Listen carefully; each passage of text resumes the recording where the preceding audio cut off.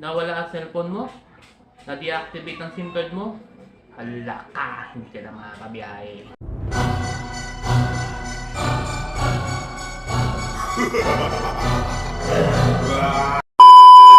Gawin mo tong video to para alaman mo kung paano ang proseso sa pagpapalit ng SIM number registration kay Joyride. Mga lods, kung ikaw na biker ka na ni Joyride at nawala ang cellphone mo o nanakaw cellphone mo or na-deactivate ang SIM card mo at hindi ka makabiyahe dahil hindi mo ma-open ang iyong app, so yun mga kapatatas, kung ikaw ay na-deactivate ang iyong SIM card and nawala ang cellphone mo or nanakaw cellphone mo, so hindi ka makabiyahe dahil hindi mo ma-open ang iyong apps, ito ang proseso sa pagpapalit ng SIM card registration para kay Joyride. So mga kapatalos, first step natin, syempre bibili tayo ng SIM, any network, Smart Globe dito or PM. Kung bala kayo kung ano yung mga bibiliin yung SIM card.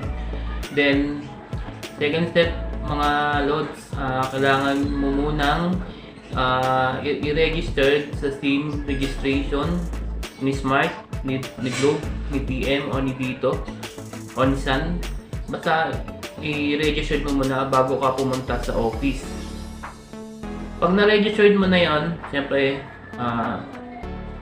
kung nawala phone mo, kailangan mong bumili ng bagong phone. So, pumunta ka na agad sa office sa main, sa Antipolo para mapalitan yung dati mong old SIM number na naka-registered kay Joyride.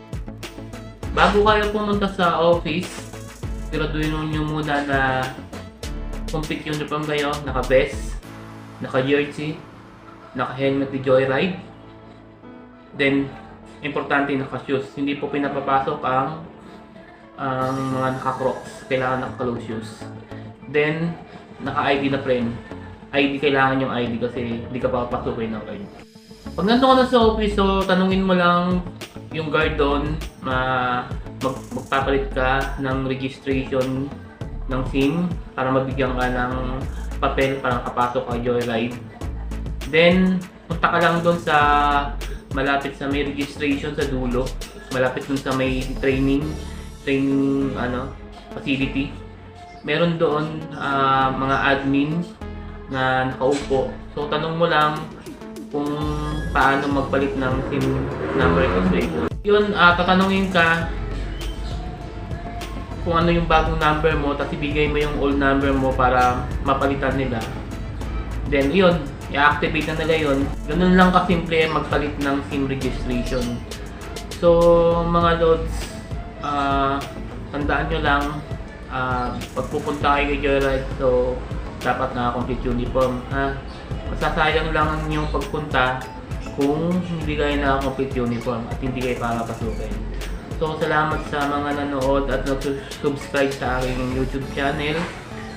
Kung hindi pa nakakapag-subscribe, please subscribe my YouTube channel and palike and share na rin po. And sa lahat ng mga MC Taxi Riders, ingat, ride safe, and lagi po tayong magdasal.